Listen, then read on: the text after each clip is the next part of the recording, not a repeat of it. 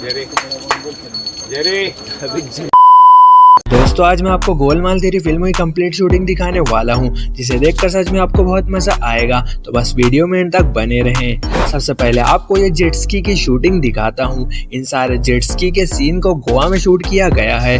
आपने पप्पी भाई का ये फनी सीन तो फिल्म में देखा ही था। इस सीन को रोहित शेट्टी पहले जॉनी लीवर के बॉडी डबल से शूट करवाने वाले थे, क्योंकि इन्हें तैरना नहीं आता। लेकिन जॉनी लीवर ने कहा ये स्टंट मैं खुद ही करूंगा, और सिर्फ वो एक स्विमर के सपोर्ट से जॉनी लीवर ने खुद ही ये सारे सीन शूट कर दिए। और ये देखकर रोहित शेट्टी भी बहुत इम्प्रेस हो गए थे। साथ ही यहाँ पर करीना का सीन भी शूट किया जा रहा था, जिसमें ये जेट स्की के साथ स्टंट करती हैं। लेकिन करीना जेट स्की चला ही नहीं पा रही थी। इनफैक्ट इनकी सेफ्टी के लिए रोहित शेट्टी ने एक जेट स्की ट्रेनर को भी इनके पीछे बिठाया था, ताकि वो एटलीस्ट एक शॉट तो दे दे।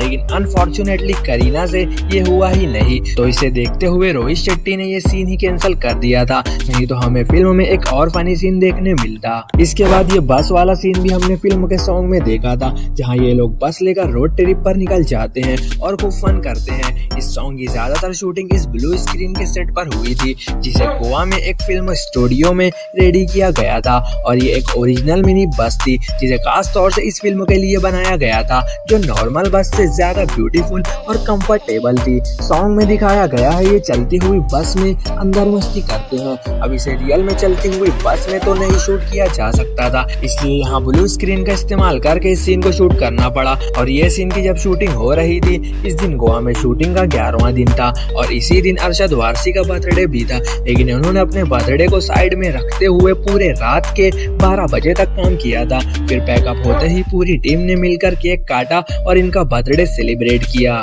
इंडोर शॉट्स को यहाँ ब्लू स्क्रीन पर शूट करने के बाद इस सॉन्ग के सारे सीन को रियल लोकेशन पर फिल्माया गया है। यहाँ उस सीन की शूटिंग हो रही है जब ये तीनों साइड में रुककर सुसु कर रहे होते हैं, और इनकी बस को लेकर कोई भाग जाता है। इस सुसु वाले सीन के लिए तीनों एक्टर ने अपने हाथ में पानी की बोतल पकड़ी हुई थी, और इसमें से पानी उड़ा रहे थे, जो पीछे से देखने में बिल्कुल रियल लग रहा था।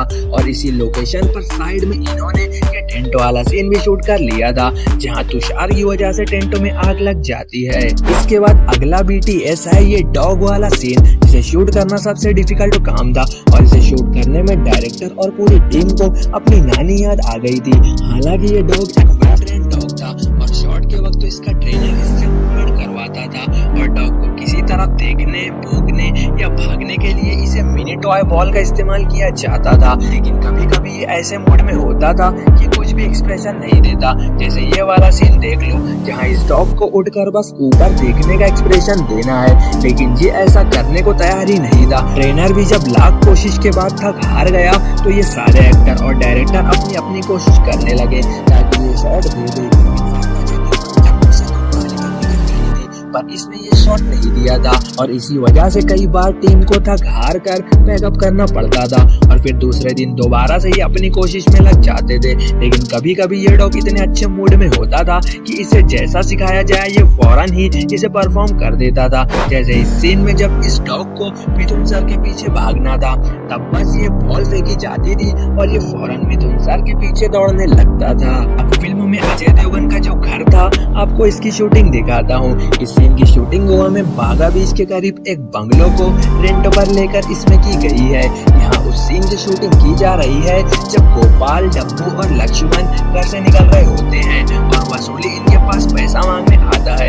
इस सीन में अजय देवगन अपना डायलॉग भूल जाते हैं, लेकिन बार बार ये इल्जाम करीना कपूर पर लगता है। अब करीना कपूर की बात चल रही है, तो आपको ये भी बता दूं कि सेट पर सबसे ज्यादा कोई मोबाइल पर बात करता था तो वो थी करीना कपूर। शूटिंग के वक्त हर एक्टर से पूछा गया कि सेट पर सबसे ज्यादा फोन कौन इस्तेमाल करता है या फोन पर कौन बात पर लगा रहता है, तो सबने करीना कपूर का ही नाम लिया था। और इस वक्त तो ये अपना ब्लैकबेरी का फोन चलाती थी। अब 2007 में करीना और शाहिद का ब्रेकअप हो गया था, और 2012 में करीना ने सैफ से शादी की थी, और 2010 में सेट पर ये किससे इतनी ज्यादा बातें करती थी। अगर आपको पता होगा तो कमेंट में मुझे जरूर बताएं। अब चलते हैं फिल्म के सबसे कॉमेडी सीन्स की शूटिंग की तरफ। आपने फिल्म में पप्पी भाई का कैरेक्टर देखा था, जिसे भूलने की बीमारी है, लेकिन पप्पी भाई जिस तरह का एक्सप्रेशन देता है, ये ना तो स्क्रिप्ट में था और ना ही डायरेक्टर ने इन्हें बताया था, बल्कि जॉनी लीवर ने शूटिंग के वक्त तो इसे फन में कर दिया था, जिसे देखकर पूरी टीम और डायरेक्टर को हंसी आई। डायरेक्टर ने इसी एक्सप्रेशन को फाइनल कर दिया।